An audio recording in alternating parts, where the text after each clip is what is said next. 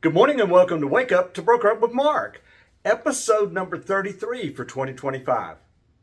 Yep, it's already happened. Back to school. School's in session. I have on my book bag because I'm going to be heading to school. I got a lot to learn and I know that it's out there and all I have to do is go learn it. Unfortunately, for many of us, including me, we've been looking at CE hours and learning the wrong way because we've been looking at what is required by the Georgia Real Estate Commission, required CE hours versus knowledge gained. They're not the same thing.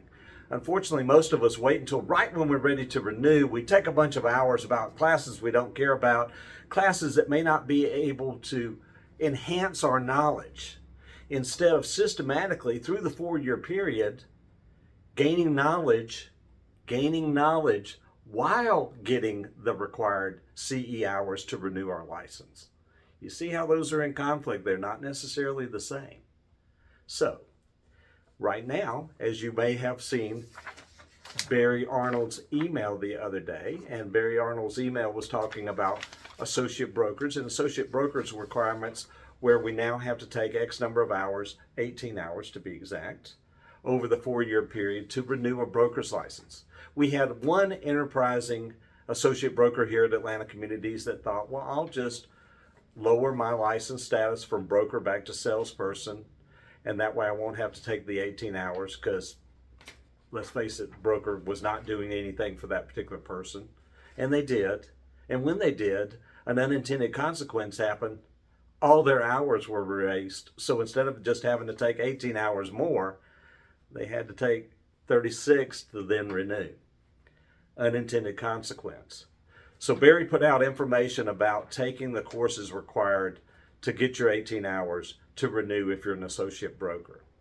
And I'm going to further that by saying at Georgia MLS, there are tons of information. Go to Georgia MLS, online continuing education, and then look for classes that are broker. Those are all free.